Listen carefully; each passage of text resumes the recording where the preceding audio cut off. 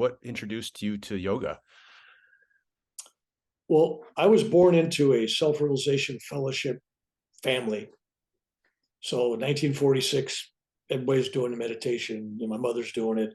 I'm introduced very early, and I started making up my own meditation set 18 months, 2 years old. I mean, I'm doing things I didn't know what I was doing, but at 18 months and 20 months, really young, I'd take it, I'd hold my eyes in, make them force them so they can look up here, and I'd see colors, and I'd go, wow, this is really, kaleidoscope with all these colors, it's really cool. And then pretty soon you look at it, more and more colors and flashes, and next thing you know, you're out of the body and you're traveling, and all kinds of neat things are happening. You're only 2, 3, 4 years old, right?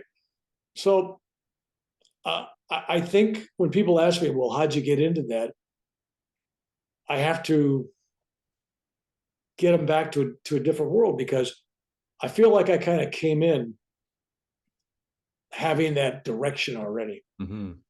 I came in and the tree was already bent, the branches were already bent. I mean, there I am. Very little change from my outlook as a younger person to now. It's just degrees of importance in things. For example, in 1970, about 72 or 3, that's a few years, let's say 72, make my math easier. What's that? 50 years ago. Uh, I was meditating, really having a real long meditation. I used to meditate 2 hours a night, 2 hours in the morning. And before I meditated, I would do yoga exercises, and then I'd do the SRF recharging exercises. And then I'd have a half hour playing a record, and I'd have to keep moving the record so I could play it, playing these chants. And I had a headset, and I was listening to these, Yogananda singing chants and stuff. So I was all hyped up. So when I got to meditate, I mean, I didn't watch the news. After dinner, I didn't watch nothing. My mind was just clean slate. I put my kids in bed. So at 10 o'clock at night, I'd start my meditation. So I'd meditate. And then this one night, I was just so focused. I got into bed and the mind was still vibrating. The Hmm. spine was still vibrating. If I was a tuning fork, ding, you think it stopped. If you really, no, it's still there, right? It was like the tuning fork is still going. So I get into bed and I got a picture of a, it's called the last picture of Yogananda. It's when he's at supper at the hotel when he dies, an hour later or something. It's a great picture. I had a black and white. I still got it around here, someplace, another room. And and I'm staring at that, and I'm laying there, and I'm just feeling overwhelmed with goodness from my 2 hours, meditation, and about an hour preparing for the meditation. People overlook that prep time. Hmm. You have to. It's again getting your frequencies more in line with meditation. Hmm. So I'm sitting there and I'm staring at this picture of Yogananda, and Rob, you experienced this. I know you have.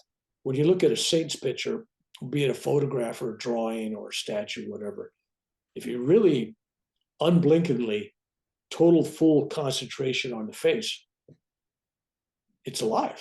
Hmm. It's alive. It's looking at you. It's you're there, right? It's a melding. So that's what's happening. I'm looking at Yogananda. It's just, and then all of a sudden, it just went boom, and I'm totally out of my body. I I'm See, when I first had this experience, I thought I was traveling. So I'll come back and explain to you. That's where I started this story to explain that. I always have a roundabout way of getting where I'm going. So got my own GPS inside. So all of a sudden, I'm out of my body. There is no weight.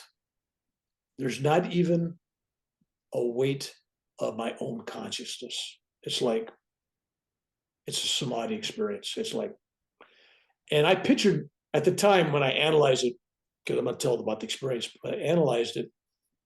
I thought, oh, I'm traveling because it was like Star Trek where when they go into warp speed and all the lights go, well, all these Hmm. planets and all the stuff's going, and I'm just going, And at the time, I thought I was traveling, but then 25 years later, I woke up one morning and after dreaming, I go, I wasn't traveling. Because if you're traveling, you're going and things are coming this way. But I was going and everything was coming at me from every angle, up, down, sideways. It was an expansion.